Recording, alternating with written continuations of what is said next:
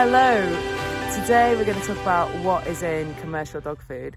I've done my research. I've researched from different sources of what people have seen, different research papers on what scientifically has been found in dog food.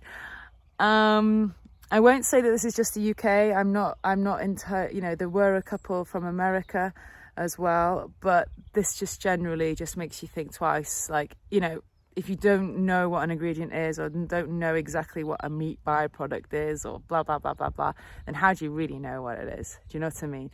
So anyway, let's get into it. Let's talk about it. This is what is in commercial dog food. I forgot to do this. I forgot to say warning. There's going to be some really explicit images. So don't watch if, you're sensitive to animals and animal carcasses and stuff like that. At number 1, we have nutritious meat byproducts. So here we've got things like skin, horns, feet, hooves, blood, head, penises. At number 2, we have the 4D animals. Unfortunately, we have dead, dying, deceased or disabled. Yes, all of these types of animals are found in dog food. This is a big one. At number 3, we have antibiotics, growth hormones, and other nasties that they give animals and chemicals.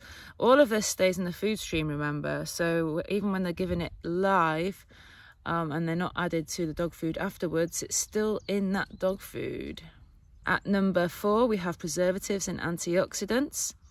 So how do you think that all of this dog food stays for so long on the shelf? Because it's full of preservatives, guys. It's disgusting.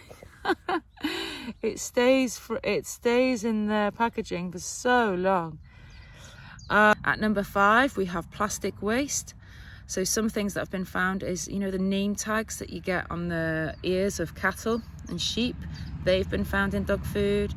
Styrofoam from supermarket meat. So supermarket gets rid of the out-of-date meat. Basically just can't be bothered to unpack it either. So it all gets chucked into a bin and then processed. Butcher's waste, so like plastic bags, things like that. That all goes into dog food too, because again, can't be bothered to separate it. And then at number 6, this is the worst of all, and I'm sorry to all of those black pudding eaters out there if you're a meat eater, because I don't even know what to say here, because when pigs are slaughtered, they're slaughtered before they're actually butchered, okay, pigs. So when they slaughter pigs, they hang them upside down, they cut their throat, and all the blood drains into a pool, into a common pool of common blood. Then that blood is all used to make black pudding and other things. And I'm sure it goes to dog food too. But yeah, sorry humans who eat black pudding now. But what happens is that, if a pig has got a cancerous tumour, that blood's already in the bloodstream. What they do is then they put the carcass to dog food with the tumour, cancerous or not, who knows. And then, so they get rid of the carcass, but obviously the blood's still in there. But anyway, the cancerous body of the animal goes into dog food. And there's all this raw dog food business. I mean, what is raw dog food? It's just meat waste. I mean, there are some brands out there that have human grade stuff, which is better. If you want to feed meat, then go and talk to a canine nutritionist who is an expert on cooked meat meals. There's a few out there. So, pretty grim, eh? I tend to go by the feeling of, if I wouldn't eat it, would I feed it to my dog? I mean, gone are the days, aren't they, of, oh, give it to the dog, like, oh, it's disgusting, give it to the dog.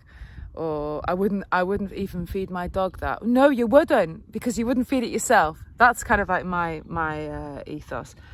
But anyway, I mean, take a look at our Fleetful kits. I'll put the link below. You know exactly what's in there. I think, you can count the ingredients on your hand. You can even know what the ingredients are. They're organic, they're ethically sourced, they're British where possible.